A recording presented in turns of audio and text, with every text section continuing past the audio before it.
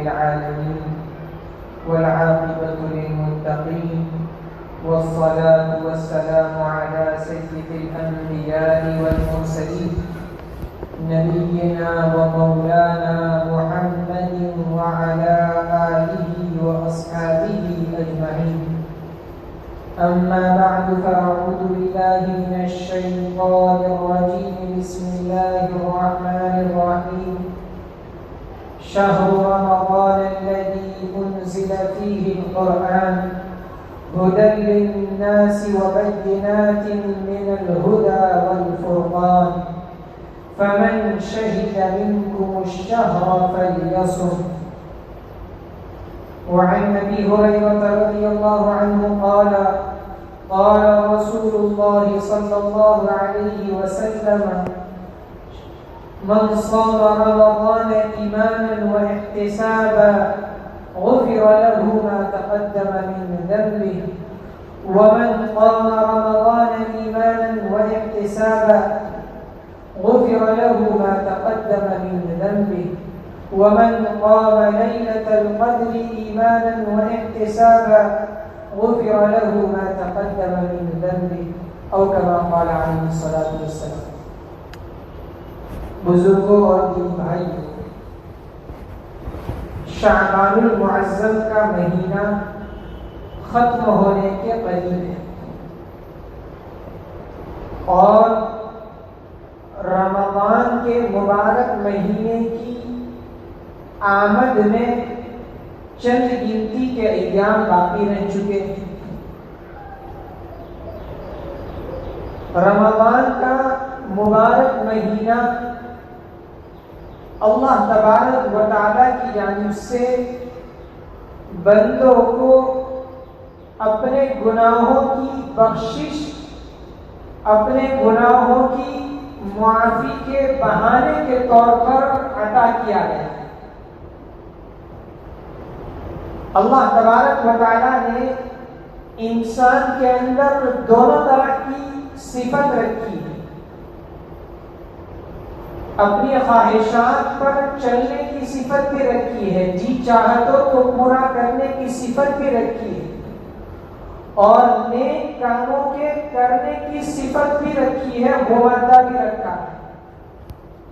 ایک تو اللہ تعالیٰ کی مخلوقات میں سے ایک مخلوق فرشتے ہیں، ان کی تو یہ صفت ہے کہ وہ ہمیشہ ہمیشہ اللہ تبارک و تعالیٰ کی اطاعت اور فرمانبرداری ہی کرتے ہیں. اللہ تعالیٰ کے کسی حکم کو توڑتے نہیں. لا يعصون اللہ ما امرهم ويفعلون ما یؤمرون. قرآن نے ان کی یہ خاصیت بیان کی کہ اللہ تبارک و تعالیٰ کے کسی حکم کی وہ خلاف ورزی نہیں کرتے، اور اللہ تبارک و تعالیٰ کی جانب سے جو حکم ان کو دیا جاتا ہے وہ اس کو بجا لاتے ہیں. تو یہ کام تو فرشتوں کا ہے کہ ہمیشہ ہمیشہ نیک کام کرنا، کبھی کوئی گناہ نہ کرنا. دوسری ایک مخلوق اللہ تبارک و تعالیٰ کی جو ہے وہ حیوانات ہیں، جانور ہیں، چرندے ہیں، پرندے ہیں، درندے ہیں. یہ بھی اللہ کی ایک جاندار مخلوق ہے. ان کے اندر اللہ تبارک و تعالیٰ نے صرف اور صرف شہوت کے پورا کرنے کا مادہ رکھا ہے. وہ اپنی جی چاہتوں کو پورا کرتے ہیں، اپنی خواہشات کے مطابق زندگی گزارتے ہیں، کھاتے ہیں، پیتے ہیں، اپنی ضرورتیں پوری کرتے ہیں، اور قیامت کے دن ان سے یہ کہہ دیا جائے گا کونوا ترابا، مٹی ہو جاؤ. ان کا حساب و کتاب نہیں ہے. تو فرشتے نیکیوں میں ہی لگے رہتے ہیں، اور حیوانات اور جانور ہمیشہ اپنی جی چاہتوں میں، اپنی خواہشات کو پورا کرنے میں ہی لگے رہتے ہیں. ان دو مخلوق کے علاوہ اور دو مخلوق ہیں، وہ انسان اور جنات. اللہ تبارک و تعالیٰ نے انسانوں کے اندر اور جناتوں کے اندر دونوں طرح کا مادہ رکھا ہے. فرشتوں کے جیسی نیکیوں کے کرنے کی صفت اور مادہ بھی ان کے اندر ہے، اور حیوانوں کی طرح اپنی جی چاہتوں کے مطابق زندگی گزارنے کا مادہ بھی رکھا ہے۔ اب انسان کے اندر یہ دونوں مادے رکھے ہیں، جنات کے اندر یہ دونوں مادے رکھے ہیں۔ اب انسان ان دونوں مادوں میں سے فرشتوں والی جو صفت ہے، یعنی نیک کام کے کرنے کی جو صفت ہے، اس کو کیسے غالب کر دے، اور حیوانیت والی جانوروں والی جو صفت ہے اس کو کیسے مغلوب کر دے، کیسے دبا دے، اس کے لیے اللہ تبارک و تعالیٰ نے انسان کو دنیا میں مختلف مواقع عطا کیے۔ یہ رمضان کا مبارک مہینہ بھی انہی مواقع میں سے ایک اہم ترین موقع ہے، ایک سنہرا موقع ہے کہ انسان اس میں اپنی شہوتوں کو، اپنی خواہشات کو، جی چاہتوں کو دبا سکتا ہے۔ چنانچہ جی چاہتوں کو دبانے کے لیے ایک عبادت تو روزے کی تھی۔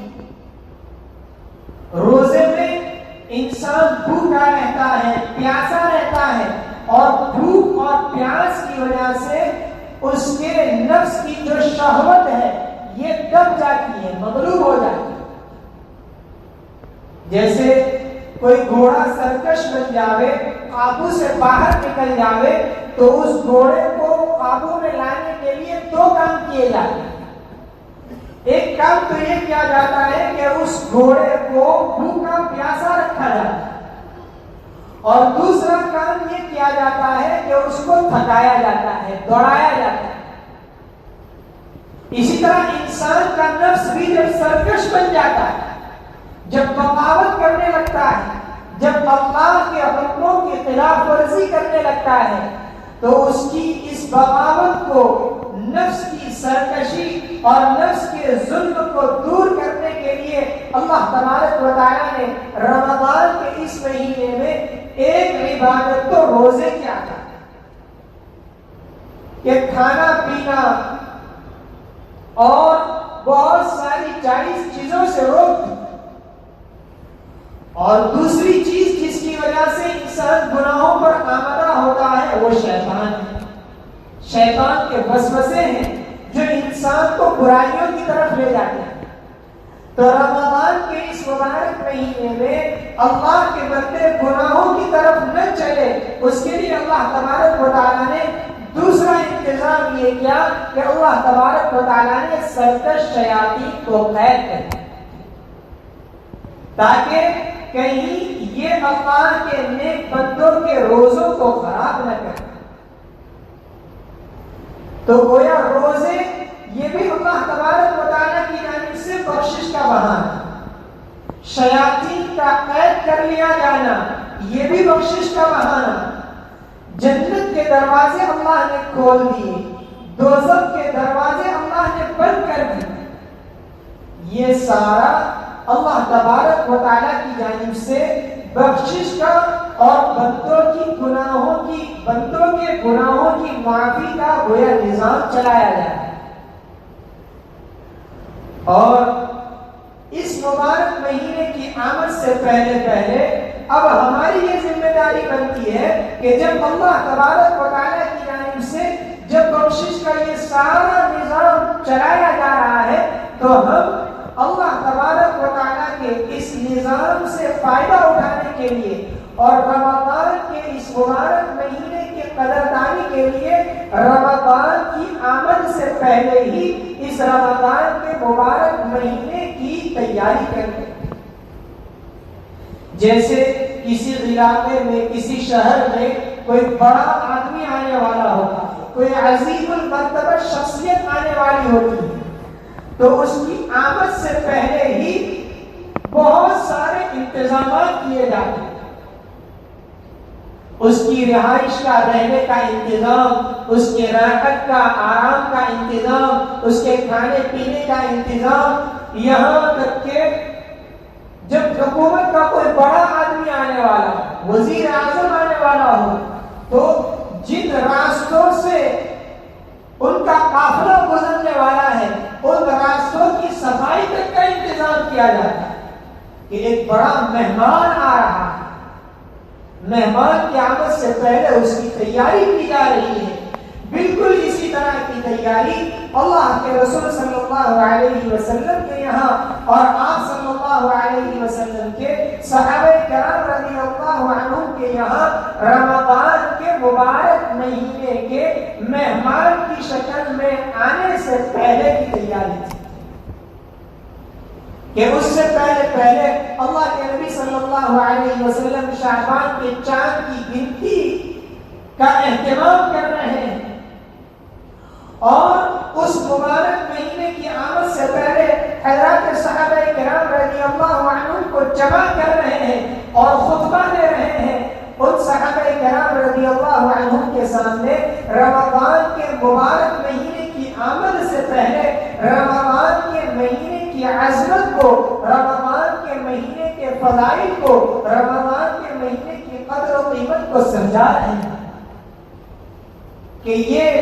کتنی برکتوں والا مہینہ ہے، کتنی رحمتوں والا مہینہ ہے کہ جس کا پہلا عشرہ، پہلے 10 دن رحمت کے ہیں، اولہ رحمہ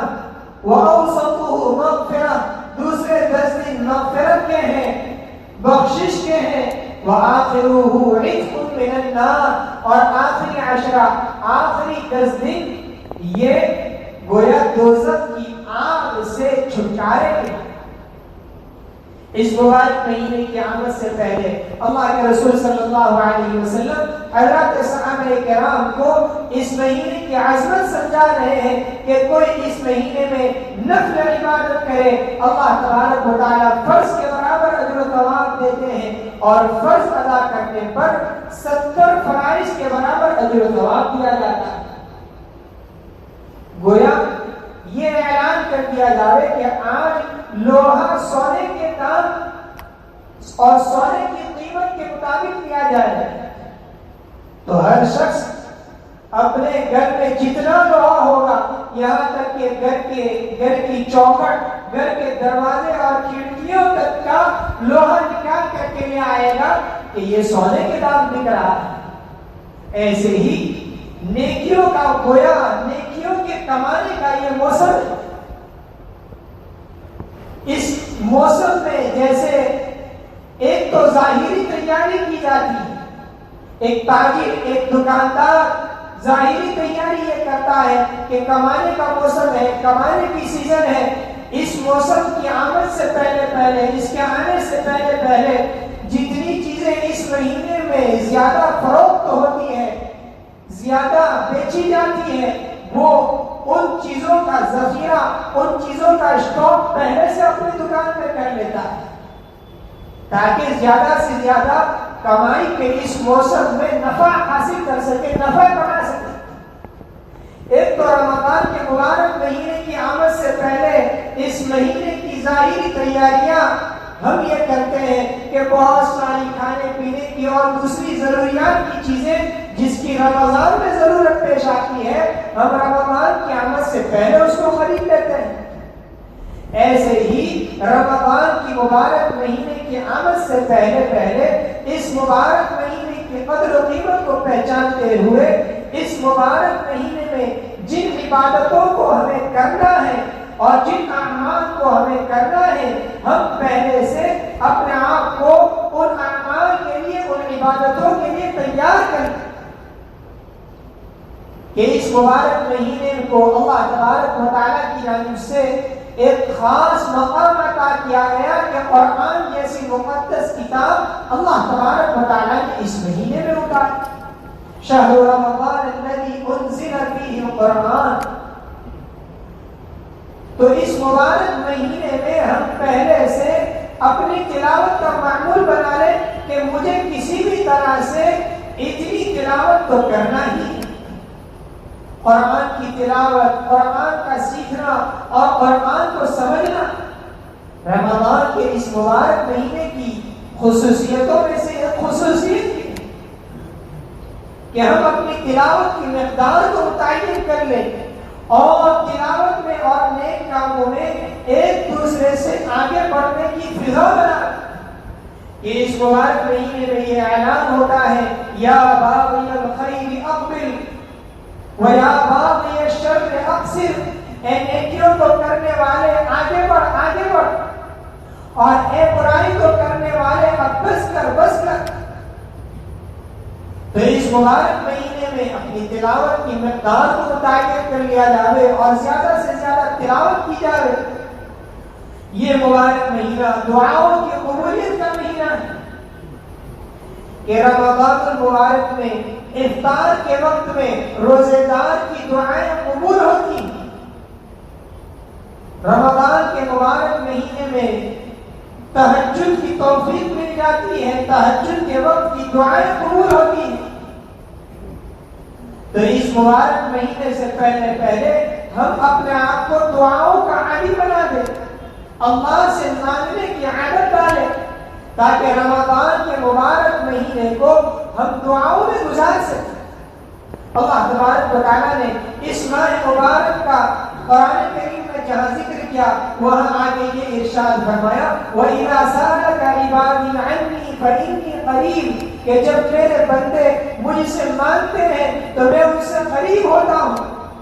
اجیب دعوت الداعی اذا دعان، میں بندے کی دعا کو، بندے کی پکار کو قبول کرتا ہوں جب بھی وہ مجھے پکارے، جب بھی وہ میرے سامنے دعائیں کرے۔ تو یہ مہینہ تلاوت کا مہینہ ہے، یہ مہینہ دعاؤں کا مہینہ ہے، یہ مہینہ نوافل کا مہینہ ہے۔ نفل نمازوں کو ہم پڑھا دیں کہ نفل میں فرض کے برابر اجر و ثواب دیا جاتا ہے۔ حضرات صحابہ کرام رضی اللہ عنہم کا اور آپ صلی اللہ علیہ وسلم کی پاکیزہ زندگی کا تو ہم حال پڑھتے ہیں کہ ایسی نمازیں ہوتی تھی کہ پیروں پر ورم آ جاتے تھے۔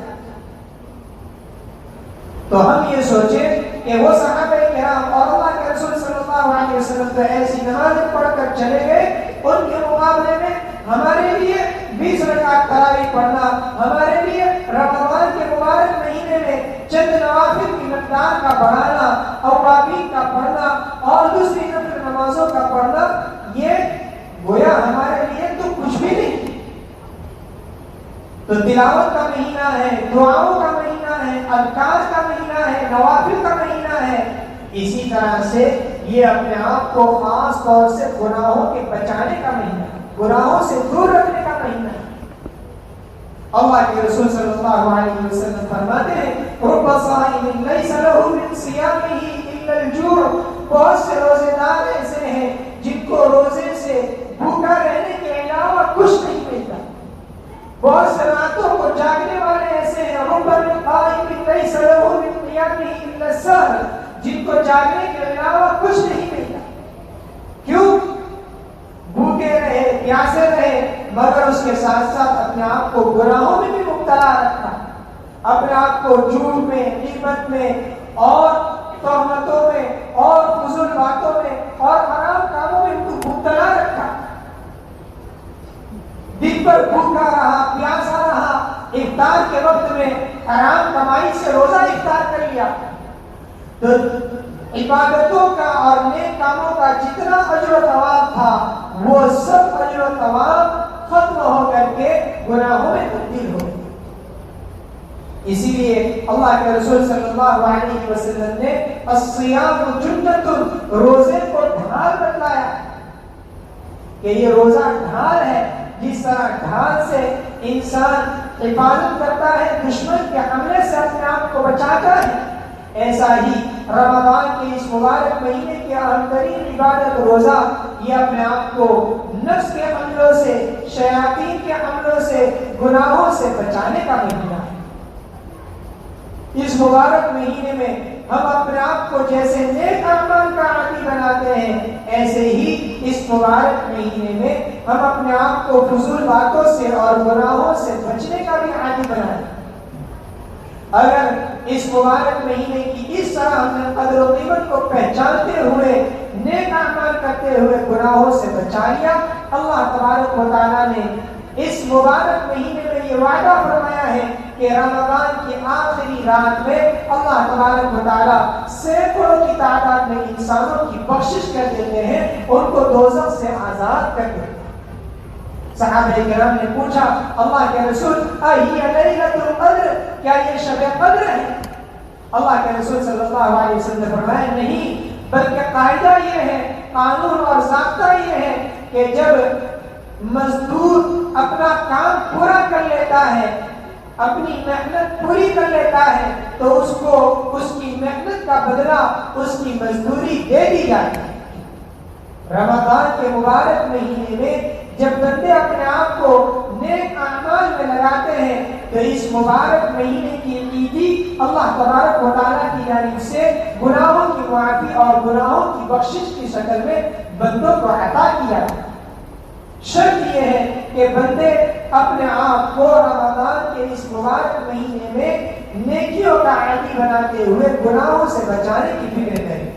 اللہ تبارک و تعالیٰ ہم کو اس مبارک مہینے کی قدر و قیمت کو پہچاننے کی توفیق عطا فرمائے، اس میں زیادہ سے زیادہ نیکیوں کی کرنے کی توفیق عطا فرمائے، گناہوں سے بچنے کی توفیق عطا فرمائے۔ آمین وآخر دعوانا۔